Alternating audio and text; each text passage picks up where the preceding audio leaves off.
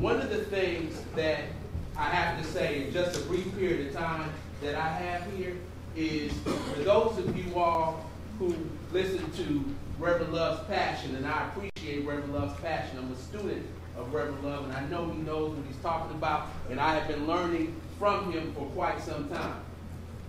In addition to everything that we have to do in our communities as it relates to voter registration, there's another part of that that we have to include, and that is voter participation. One of the things that I must always say anytime I have an opportunity to stand in front of anybody and talk about this process is, Georgia ranks 50th in the nation in voter participation. I'll say it again. Georgia ranks 50th in the nation in voter participation. Another thing, when we start talking about demographics, the one thing about demographics is it's always changing. People are moving, people are getting, especially in our communities, people are getting foreclosed on. There's a lot of changes that are taking place. Please understand that there is a political battle. There is a political chess game taking place right now. And I'm going to tell you something interesting. You pay attention to the news. One of the things that you heard a lot about early on was that North Fulton wanted to break off and form Belton County. Guess what? You're not hearing about that no more. And there's a reason why. They have been studying the demographics.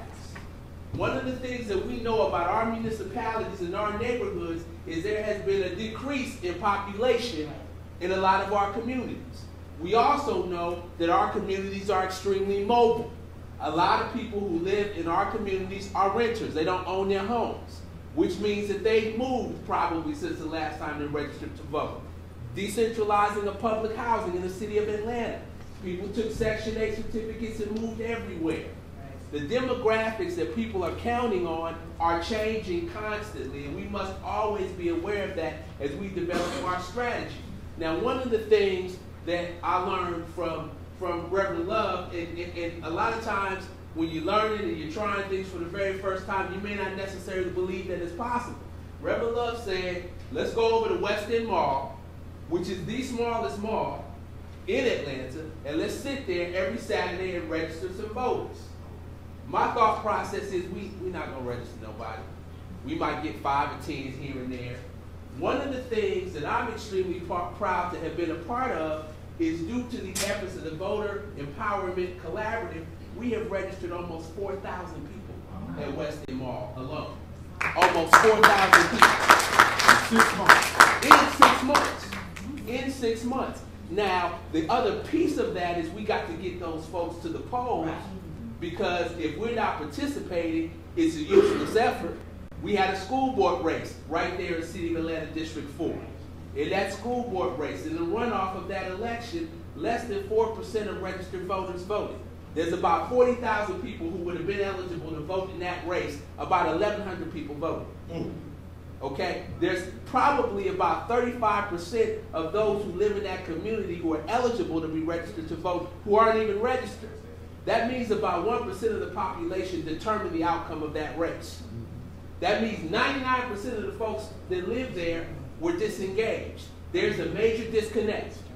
A lot of times when we have opportunities to come into rooms like this or sanctuaries like this to talk about our issues ourselves, a lot of the people that need to hear what we're talking about are the folks that are out there in the street. That's why I appreciate the brother from the barbershop. He comes in contact with a lot of folks that need to hear what we're talking about. That's why I'm happy he's here, because he can take this information back and spread it so people can benefit from it.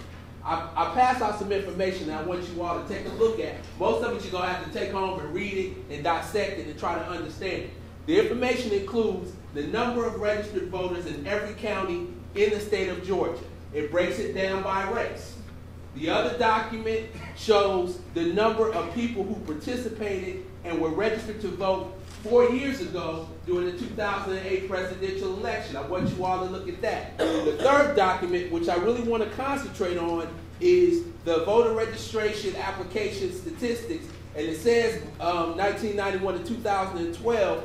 If you look at 2008, in 2008, by March, we registered 14,609 people. Okay? Well, let's look at February. In 2008, we registered 17,860 people. So far this year, we've only registered 10,326. That's county-wide. Now, the good thing about that number is we registered half of these folks just through our efforts. But we got a lot of work to do to get out here, to get folks registered to vote and engaged in this process. If we don't do it, I'm telling you, the outcome is going to be dismal for us. How many people live in either Atlanta or South Fulton County? Raise your hands. How many people here live in North Fulton County? Raise your hands. Okay. Let me tell you something about what's going on in North Fulton, because in my management, I'm actually responsible for the entire county. In North Fulton, organizations, civic groups, elected officials are gathering, having meetings to talk about taking Fulton County and managing and being elected to all of the positions except 2 in the Fulton County Board of Commissioners. That will drastically change what Reverend Love was just talking about. Bishop Fan, who's on the personnel board with the Fulton County Department of Election, the Fulton County government, knows that of the 6,000 folks that work for Fulton County, probably 90% of them are African American. Listen. When that elected body changes, okay. All right. Listen. Fulton County will look very different. All right. Listen. It will look very different. You have 2 at-large seats. One is held by Commissioner Rob Pitts. The other one is held by John Eves. When those demographics begin to change and all those folks register and all those folks get engaged in the process and we don't turn out to vote, we can't blame anybody but ourselves. That's right. So with that, I'm out here every Saturday with Reverend. We're not just talking about it, we're doing it. So anybody that wants to come out and join us, we out there from 10 a.m. to 7 p.m. in the mall registering voters, and we need help. All right, we got other places that we're lining up as well. But we're not just here to talk about it. I understand the reason why we went to Selma. I'm sorry I couldn't make it because we were preparing for an election. But without the reminder of what people died for, we forget why we're here. And we can't allow that to happen. That's all. Thank you so much. Any questions? Anybody have any questions for Brother Henderson? He's doing a great job. Good to see possible. Is that Ms. Backus? All right. Good to see. Good to see. It's 20 minutes after. Is the green light beginning to go off? It's about resources. It's about what's in our interest. And we have to start behaving like that. We're going to juxtapose we want to talk to each other. We have been talking, but we want to talk with each other. And that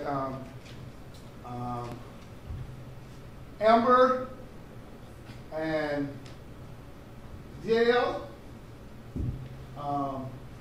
you want to share with us about your experiences in Selma? Yes, okay. So these are high schools.